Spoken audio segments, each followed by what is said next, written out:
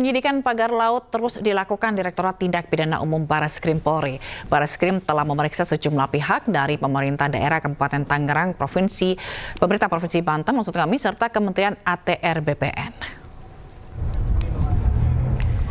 Penyidik di Tipidum Bareskrim Polri berencana gelar perkara kasus pagar laut pada hari ini. Gelar perkara dilakukan usai penyidik Bareskrim periksa sejumlah pihak yang diduga mengetahui keberadaan pagar laut ini.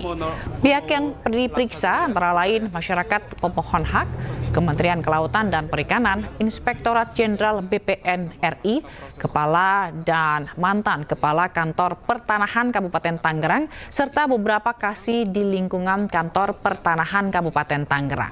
Untuk bisa nantinya dalam proses penyelidikan ini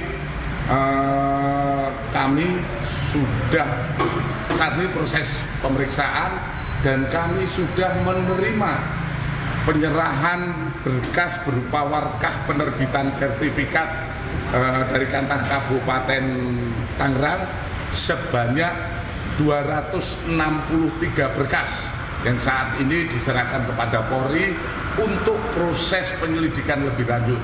Kemudian tindak lanjut proses kami saat ini kami masih melaksanakan pemeriksaan dan selanjutnya kami akan melaksanakan gelar perkara. Kemungkinan gelar perkara akan kami lakukan.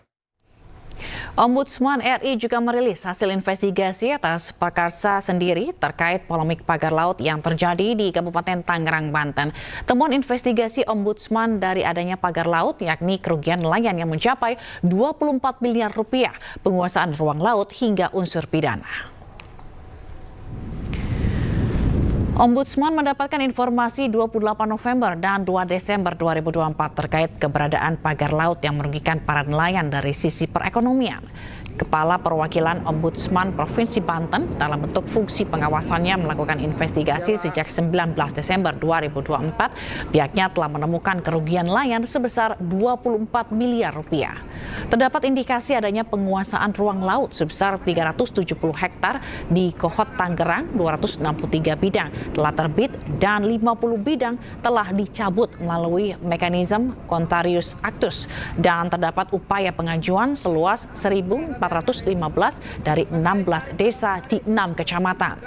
Ombudsman juga mendapati unsur pidana terkait pagar laut yakni pagar yang tak berizin, potensi dampak lingkungan, mengganggu ketertiban umum, merugikan masyarakat, upaya penguasaan ruang laut, serta peredaran 2 surat diduga palsu.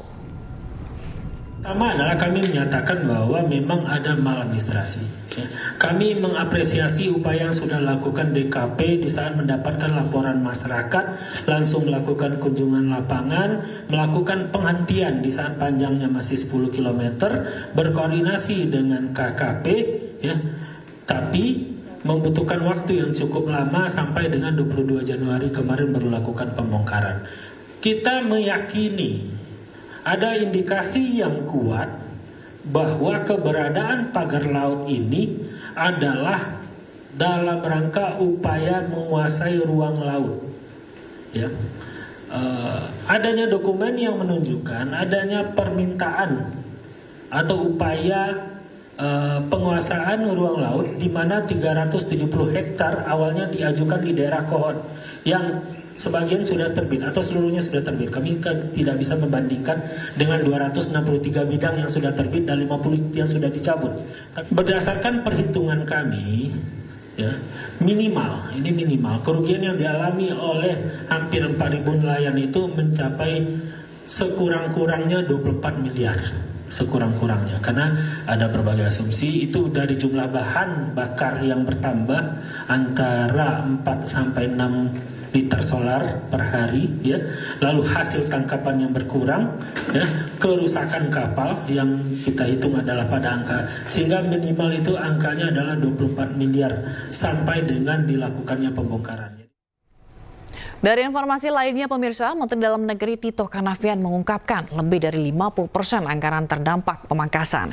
Anggaran di Kemendagri bahkan mengalami efisiensi hingga 2,7 triliun rupiah. 267 setelah diefisiensi menjadi.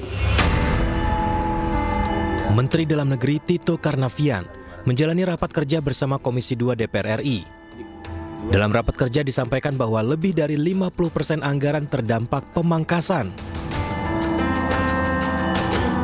Di Kementerian Dalam Negeri, efisiensinya adalah 2,7 triliun dari total semula pagu anggaran 4,7 triliun rupiah. Efisiensi lebih kurang mencapai 57,46%, sehingga sisa pagu Kemendagri sebesar 2 triliun lebih atau 42,54%.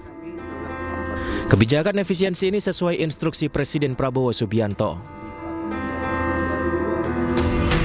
Ada instruksi Presiden Republik Indonesia nomor 1 2005 tanggal 22 Januari tentang efisiensi belanja dalam pelaksanaan APBN dan APBD tahun anggaran 2025.